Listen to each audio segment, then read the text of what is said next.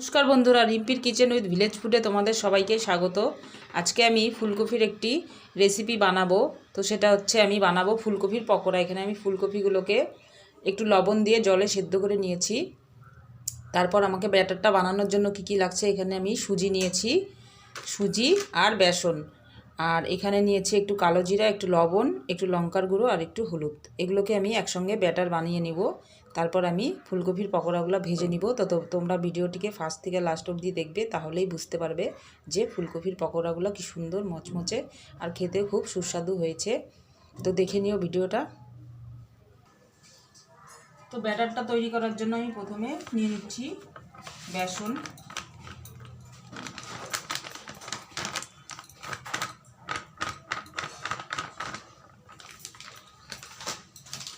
পর নিয়ে নিচ্ছি সুজি,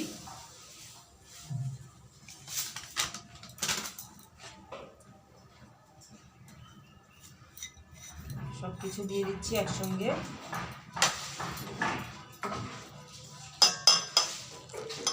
হালকা হালকা জল দিতে হবে, বেশি জল দিলে পাতলা হয়ে যাবে।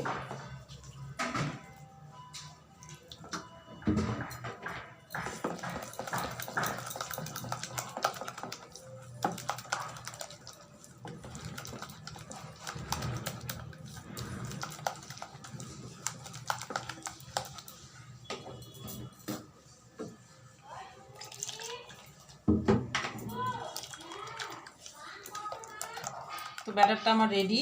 এখন আমি ভেজে নিব পকোড়াগুলোকে। ব্যাটারটাকে এভাবেই বানাতে হবে, দেখে নাও তোমরা।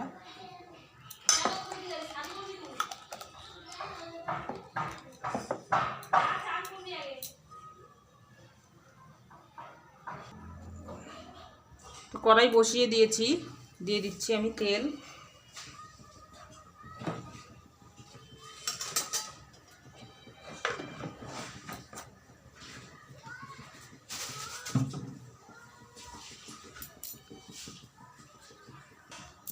তেল গরম হয়ে গেছে। এখন আমি ব্যাটারগুলোর মধ্যে ফুলকপিগুলোকে এভাবে ডুবিয়ে ডুবিয়ে ছেড়ে দিচ্ছি।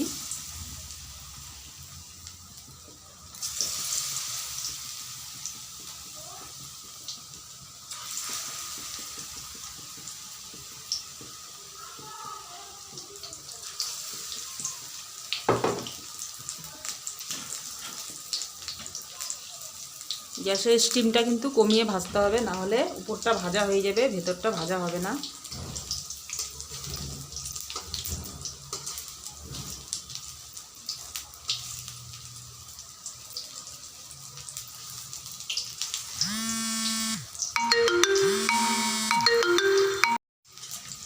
এভাবে করেই উল্টে পাল্টে ভেজে নিতে হবে।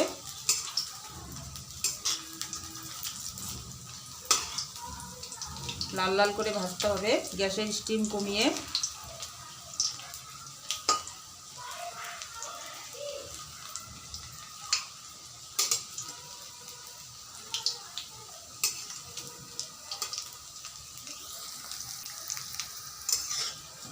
তো বন্ধুরা দেখো তোমরা, এই যে হয়ে গেছে।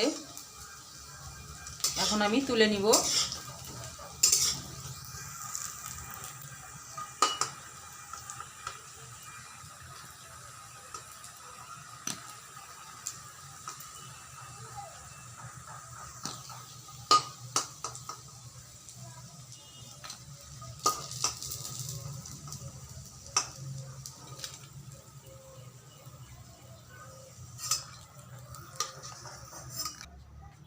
তো পরেরগুলোকেও আমি এভাবেই ভেজে নিব।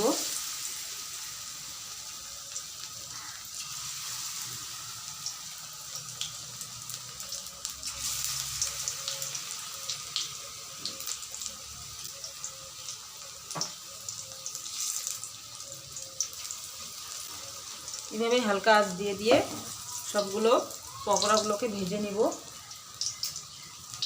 তো বন্ধুরা এখন তো শীতকাল, তাই শীতকালে ফুলকপির পকোড়া খেতে কিন্তু দারুণ টেস্টি হয়, যেটা গরমকালে হয় না।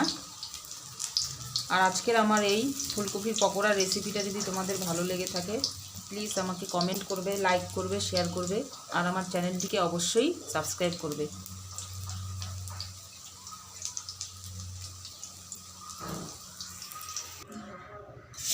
তো বন্ধুরা দেখো আমার পকোড়াগুলো রেডি।